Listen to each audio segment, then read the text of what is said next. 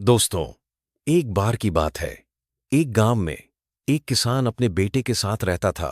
वो जिंदगी के मुश्किल टाइम में भी शांत और पॉजिटिव रहता और हमेशा यह कहता जो होता है अच्छे के लिए होता है। बस ऊपर वाले पर भरोसा रखो।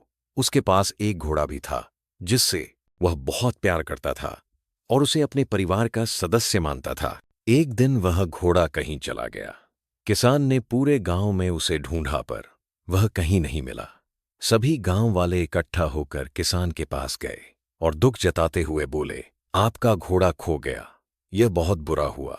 आप बहुत बदकिस्मत हैं।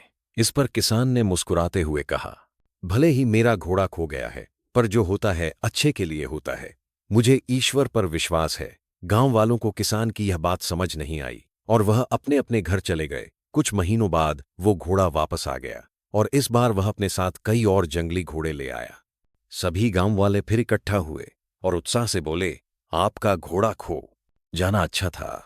अब आपके पास इतने सारे घोड़े हैं। आप कितने खुशकिस्मत हैं।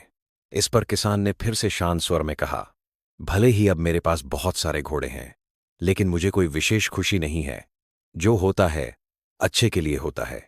मुझे ईश्वर पर विश्वास है। गांव वालों को किसान की यह बात फिर से समझ नहीं आई और वह अपने अपने घर चले गए। कुछ समय बाद किसान के बेटे बेटे ने घुड़सवारी सीखना शुरू किया, लेकिन एक दिन वह घोड़े से नीचे गिर गया और उसकी टांग टूट गई।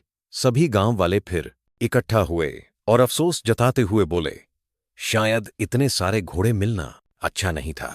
अगर ये घोड़े नहीं होते तो आपके बेटे की टांग ना टूटती। आप बहुत बदकिस्मत हैं। किसान ने फिर वही बात कही, भले ही मेरे बेटे की टांग टूट गई है, पर जो होता है अच्छे के लिए होता है। मुझे ईश्वर पर विश्वास। गांव वालों को किसान की यह बात फिर समझ नहीं आई और वह अपने अपने घर चले गए। कुछ समय बाद राज्य पर हमला हो गया। राजा की सेना कम पड़ने लगी, इसलिए सभी जवान लड़कों को सेना में भर्ती किया जाने लगा। लेकिन किसान का बेटा युद्ध में जाने से बच गया क्योंकि वह घायल था। सभी गांव वाले फिर इकट्ठा हुए और भावुक होकर बोले, आपका बेटा युद्ध में जाने से बच गया। आप कितने खुशकिस्मत हैं।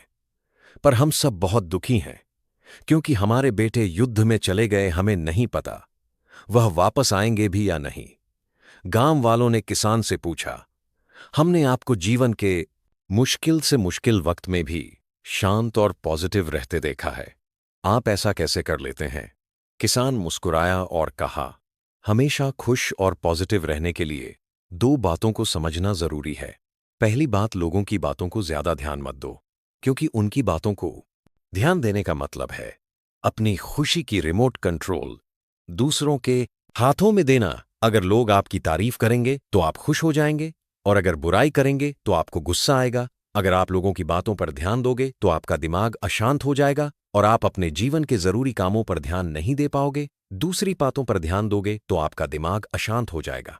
बात कभी भी किसी बात को तुरंत अच्छा या बुरा मत कहो।